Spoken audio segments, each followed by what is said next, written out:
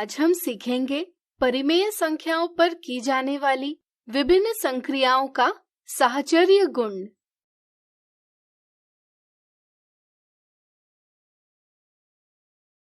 साहचर्य गुण यानी एसोसिएटिव प्रॉपर्टी संक्रियाओं में कोष्ठकों के प्रयोग से संबंधित है। साहचर्य का अर्थ है साथ रहना। यहाँ हम इसका अर्थ लेंगे संख्याओं को साथ रखना यानी उनके समूह बनाना। यह हम कोष्ठकों के प्रयोग से करते हैं। संख्याओं पर उचित प्रकार से संक्रियाएं करने के लिए हमें कोष्ठकों के प्रयोग के बारे में जानना यानी कि साहचर्य गुण को समझना आवश्यक है। पिछली कक्षा में हमने सीखा कि पूर्णांकों यानी इंटीजर्स पर योग की संक्रिया करने के लिए किसी भी प्रकार समूह बनाए जा सकते हैं, यानी कि कोष्ठकों के प्रयोग से किन्हीं भी दो संख्याओं को साथ रखा जा सकता है। हमें प्रत्येक स्थिति में परिणाम बराबर प्राप्त होगा। इसलिए हम कहते हैं कि पूर्णांकों के लिए योग साहचर्य है। योग की तरह पूर्णांकों के लिए गुणन भी साहचर्य है, लेकिन पूर्णांकों के लिए व्यवकलन और विभाजन साहचर्य नहीं है। आज हम परिमेय संख्याओं यानी रैशनल नंबर्स पर की जाने वाली विभिन्न संक्रियाओं के साहचर्य गुण की बात करेंगे। चलिए पहले परिमेय संख्याओं के योग यानी एडिशन की बात करें। मान लीजिए 3 बोतलों में पानी की मात्रा क्रमशः 1/6 लीटर, 2/5 लीटर और 2/3 लीटर है। यदि हमें पानी की कुल मात्रा ज्ञात करनी हो तो हमें इनका योग करना होगा, यानी कि हमें 1/6 धन 2/5 धन 2/3 का परिणाम पता करना होगा। इसे सरल करने के लिए हम इस प्रकार समूह बना सकते हैं या इस प्रकार समूह बना सकते हैं। यदि पहले हम 1/6 और 2/5 का समूह बनाकर इनका योग करें तो इनका योग होगा 17/30। इसमें तीसरी संख्या 2/3 को मिलाने पर हमें परिणाम प्राप्त होगा 37/30। यदि हम 2/5 और 2/3 का समूह बनाकर इनका योग करें तो इनका योग होगा 16/15। इसके साथ 1/6 जोड़ने पर हमें परिणाम प्राप्त होगा 37/30। यहाँ दोनों स्थितियों से हमें पता चलता है कि सभी बोतलों में पानी की कुल मात्रा 37/30 लीटर है। चूंकि दोनों स्थितियों में परिणाम समान है, इसलिए हम कह सकते हैं कि परिमेय संख्याओं का योग किसी भी प्रकार समूह बनाकर किया जा सकता है, यानी कि परिमेय संख्याओं के लिए योग साहचर्य है। व्यापक रूप में परिमेय संख्याएं a, b, c के लिए कोष्ठक में a धन b धन c बराबर a धन कोष्ठक में b धन c है। क्या परिमेय संख्याओं के लिए व्यवकलन यानी सब्ट्रैक्शन भी साहचर्य है? चलिए पता करते हैं। मान लीजिए अदिति के पास 4/5 चॉकलेट है। उसमें से वह 2/5 भाग अंकित को और 3/10 भाग सुमन को देती है। तो बताइए उसके पास कितनी चॉकलेट शेष होगी? दी स्थिति को हम इस प्रकार निरूपित कर सकते हैं। चलिए अलग अलग प्रकार से समूह बनाकर इसे हल करें। यदि हम 4/5 और 2/5 का समूह बनाते हैं तो 4/5 ऋण 2/5 का परिणाम हमें 2/5 प्राप्त होगा। यदि इसमें से 3/10 घटाए जाए तो परिणाम 1/10 प्राप्त होगा। वीडियो रोककर अब आप पता कीजिए कि यदि 2/5 और 3/10 का समूह बनाकर इसे हल किया जाए तो परिणाम क्या होगा? चलिए हम बताते हैं। इसे हम इस प्रकार सरल कर सकते हैं। हमें परिणाम प्राप्त होगा 7/10।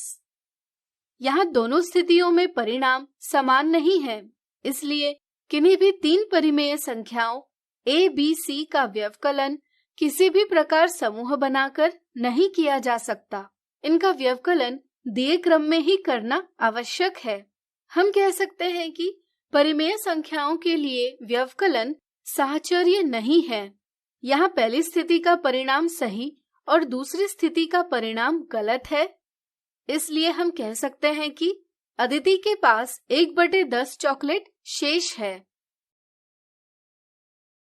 वीडियो रोककर अब आप किन्हीं भी 3 परिमेय संख्याओं का अलग अलग प्रकार से समूह बनाकर गुणन यानी मल्टीप्लिकेशन कीजिए। क्या परिणाम बराबर है? तो क्या परिमेय संख्याओं के लिए गुणन साहचर्य है? बिल्कुल सही। परिमेय संख्याओं A, B, C का गुणन किसी भी प्रकार समूह बनाकर किया जा सकता है। परिणाम हमेशा बराबर प्राप्त होगा। इसलिए हम कह सकते हैं कि परिमेय संख्याओं के लिए गुणन साहचर्य है। यहाँ दोनों स्थितियों में परिणाम बराबर है। इसी तरह चलिए पता करें कि परिमेय संख्याओं के लिए विभाजन यानी डिवीजन साहचर्य है या नहीं। यदि हम 6/7 विभाजित 4/3 विभाजित 1/12 को इस प्रकार सरल करेंगे तो परिणाम 54/7 प्राप्त होगा। लेकिन यदि हम इसे इस प्रकार सरल करेंगे तो हमें परिणाम 3/56 प्राप्त होगा। यहाँ दोनों स्थितियों में परिणाम बराबर नहीं है। इसलिए परिमेय संख्याओं A, B, C का विभाजन किसी भी प्रकार समूह बनाकर नहीं किया जा सकता। इसे दिए गए क्रम में ही करना आवश्यक है। इसलिए हम कह सकते हैं कि परिमेय संख्याओं के लिए विभाजन साहचर्य नहीं है। इस तरह से यहाँ पहली स्थिति का परिणाम सही और दूसरी स्थिति का परिणाम गलत है। अब आप जान गए होंगे कि परिमेय संख्याओं के लिए योग और गुणन साहचर्य है, लेकिन व्यवकलन और विभाजन साहचर्य नहीं है। आज हमने सीखा परिमेय संख्याओं पर की जाने वाली विभिन्न संक्रियाओं का साहचर्य गुण। अगले वीडियो में कुछ मजेदार उदाहरणों से इसे और अच्छे से जानेंगे। आज हम देखेंगे परिमेय संख्याओं की विभिन्न संक्रियाओं के साहचर्य गुण से संबंधित उदाहरण।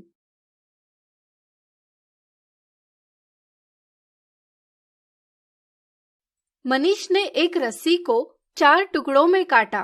काटे गए टुकड़ों की लंबाई इस प्रकार थी। रस्सी की कुल लंबाई ज्ञात कीजिए। रस्सी के 4 टुकड़ों की लंबाई है 7/9 मीटर, 5/12 मीटर, 11/12 मीटर और 5/3 मीटर।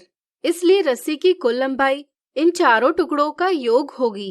रस्सी की कुल लंबाई बराबर 7/9 मीटर धन 5/12 मीटर धन 11/12 मीटर धन 5/3 मीटर। यहाँ हम देखते हैं कि 5/12 और 11/12 का हर यानी डिनोमिनेटर समान है, इसलिए इनका योग करना आसान है। चूंकि परिमेय संख्याओं यानी रैशनल नंबर्स के लिए योग साहचर्य यानी एसोसिएटिव है, इसलिए हम 5/12 और 11/12 को कोष्ठक में लेकर इस कोष्ठक को पहले सरल कर सकते हैं। इससे हमें कोष्ठक का परिणाम प्राप्त होगा 16/12, जिसे हम 4/3 लिख सकते हैं। अब हम 4/3 और 5/3 को कोष्ठक में लेंगे। हल करने पर परिणाम आएगा 9/3 यानी कि 3। अब 3 धन 7/9 बराबर 3 और 7/9 है, यानी कि 34/9 है। इसलिए हम कह सकते हैं कि रस्सी की कुल लंबाई 3 और 7/9 मीटर है। अगला उदाहरण, राहुल ने अपने पास स्थित 1 और 4 सप्तमांश चॉकलेट का 2/3 भाग अमित को दिया। अमित ने उसे प्राप्त चॉकलेट का 3/4 भाग नीता को दिया। ज्ञात कीजिए नीता को कितनी चॉकलेट प्राप्त हुई। राहुल के पास 1 और 4 सप्तमांश चॉकलेट है, यानी कि 11/7 चॉकलेट है। अमित को इस चॉकलेट का 2/3 भाग प्राप्त हो रहा है, यानी कि अमित को 2/3 गुणा 11/7 चॉकलेट प्राप्त हो रही है। नीता को इसका 3/4 भाग प्राप्त हो रहा है, इसलिए नीता को प्राप्त चॉकलेट है 3/4 गुणा कोष्ठक में 2/3 गुणा 11/7। चलिए इसे हल करें। परिमेय संख्याओं के लिए गुणन साहचर्य है, इसलिए हम यहाँ इस प्रकार समूह बना सकते हैं। कोष्ठक सरल करने पर हमें परिमेय संख्या 1/2 प्राप्त होगी। अब हम 1/2 और 11/7 का गुणन करेंगे। इससे हमें परिणाम प्राप्त होगा 11/14। इस तरह से नीता को कुल चॉकलेट का 11/14 भाग प्राप्त हुआ है। अगला उदाहरण, सुनीता और मनीषा 68 विभाजित 17/25 विभाजित 17/25 को हल कर रहे थे। दोनों ने दर्शाए प्रकार से इसे सरल किया, लेकिन दोनों का परिणाम अलग अलग आया। क्या आप बता सकते हैं किसका उत्तर सही है और क्यों? परिमेय संख्याओं के लिए विभाजन साहचर्य नहीं है, यानी कि विभाजन की संक्रिया में किसी भी प्रकार समूह नहीं बनाए जा सकते। यहाँ मनीषा ने गलत प्रकार से समूह बनाया है, जिससे उसे गलत जवाब प्राप्त हुआ है। परिमेय संख्याओं का विभाजन दिए गए क्रम से ही किया जाना आवश्यक है। सुनीता यह बात अवश्य जानती होगी, इसलिए उसे सही परिणाम प्राप्त हुआ है। तो आज हमने देखे परिमेय संख्याओं की विभिन्न संक्रियाओं के साहचर्य गुण से संबंधित उदाहरण।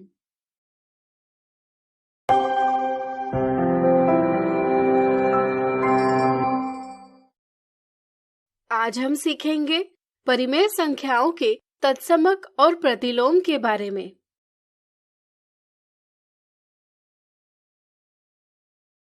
तत्समक यानी आइडेंटिटी का अर्थ है पहचान।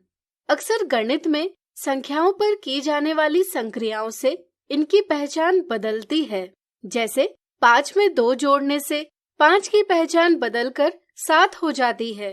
इसी तरह परिमेय संख्या यानी रैशनल नंबर 5/3 में 2/3 जोड़ने पर इसकी पहचान बदलकर 7/3 हो जाती है।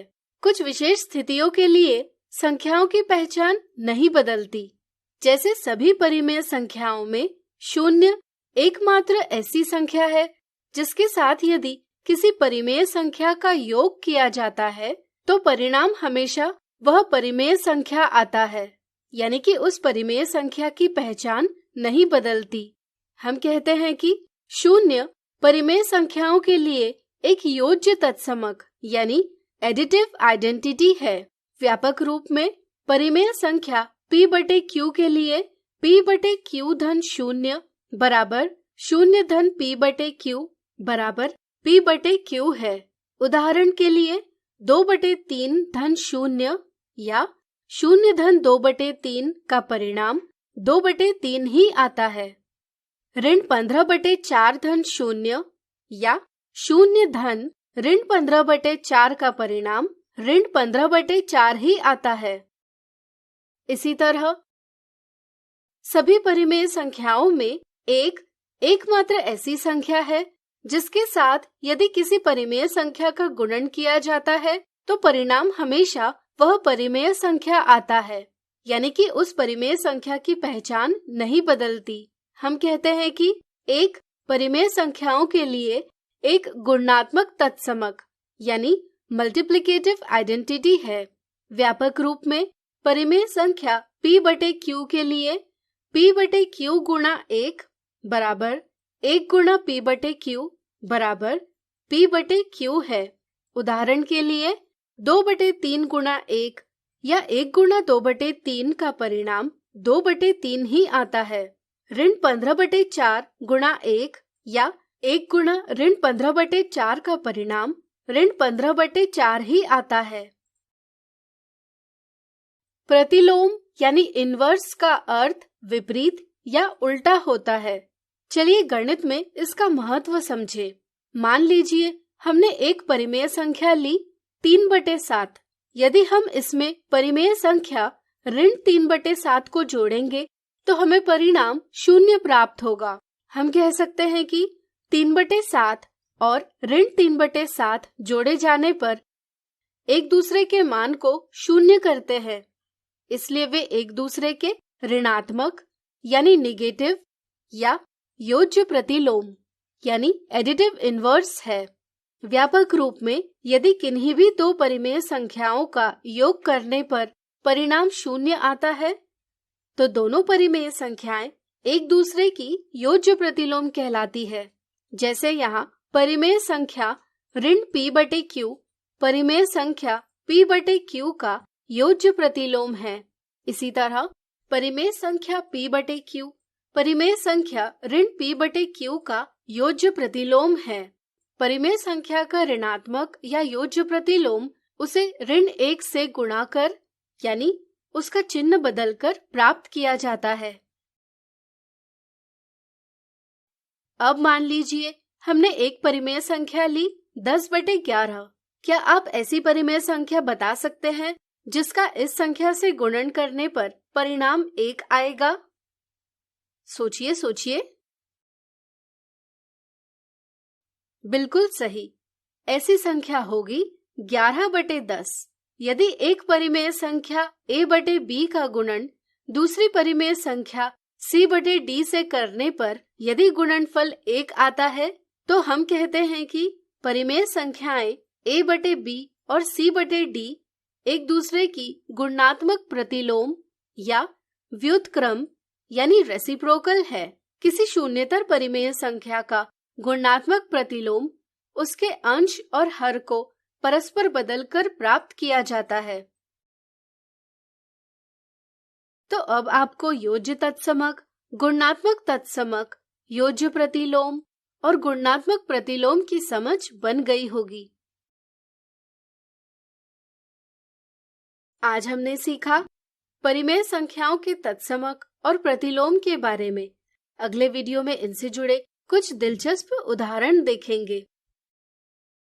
आज हम देखेंगे परिमेय संख्याओं के तत्समक और प्रतिलोम के उदाहरण।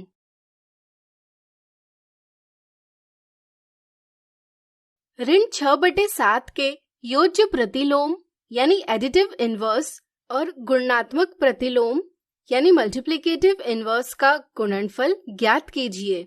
यदि किन्हीं भी दो परिमेय संख्याओं यानी रैशनल नंबर्स का योग करने पर परिणाम 0 आता है तो दोनों परिमेय संख्याएं एक दूसरे की योज्य प्रतिलोम कहलाती है।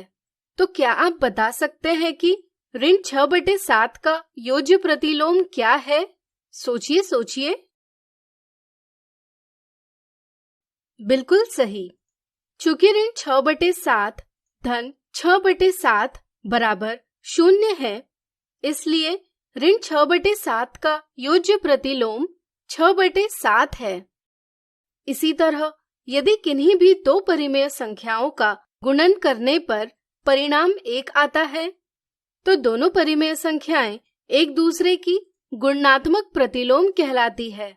चूंकि ऋण 6/7 गुणा ऋण 7/6 बराबर 1 है, इसलिए हम कह सकते हैं कि ऋण 6/7 का गुणात्मक प्रतिलोम ऋण 7/6 है।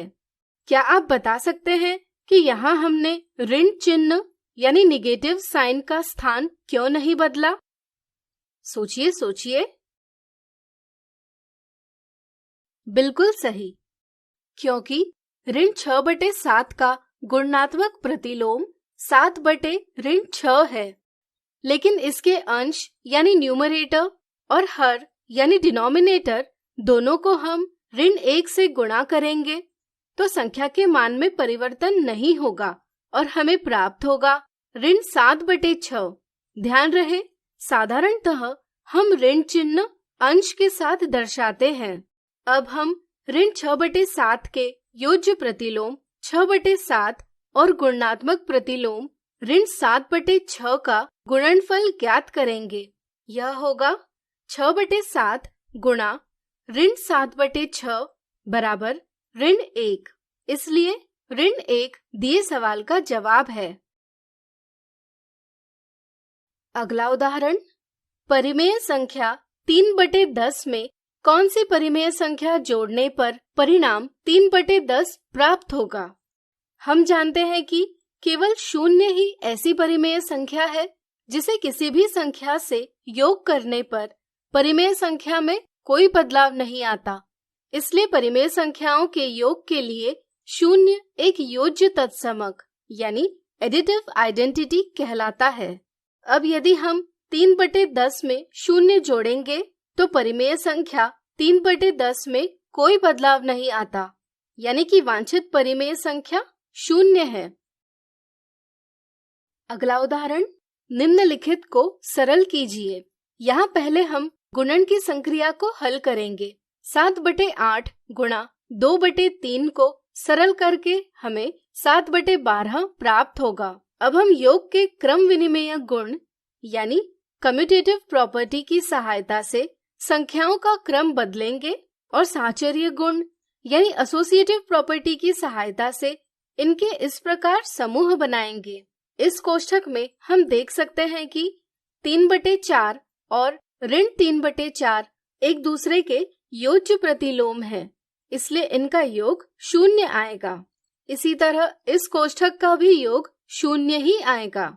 4/9 धन 0 धन 0, चूंकि 0 एक योज्य तत्समक है, इसलिए योग में 4/9 के साथ 0 का योग किया जाने पर परिणाम 4/9 ही आएगा। इसलिए यहाँ परिणाम होगा 4/9। तो आज हमने देखे परिमेय संख्याओं के तत्समक और प्रतिलोम के उदाहरण। अगले वीडियो में इनसे जुड़ी कुछ मिथ्या धारणाएं देखेंगे। आज हम देखेंगे परिमेय संख्याओं के तत्समक और प्रतिलोम से संबंधित मिथ्या धारणाएं।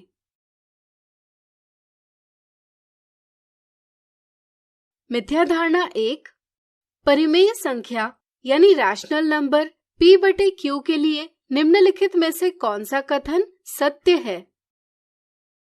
कुछ बच्चों को योज्य तत्समक यानी एडिटिव आइडेंटिटी और योज्य प्रतिलोम यानी एडिटिव इनवर्स की समझ में भ्रम होता है।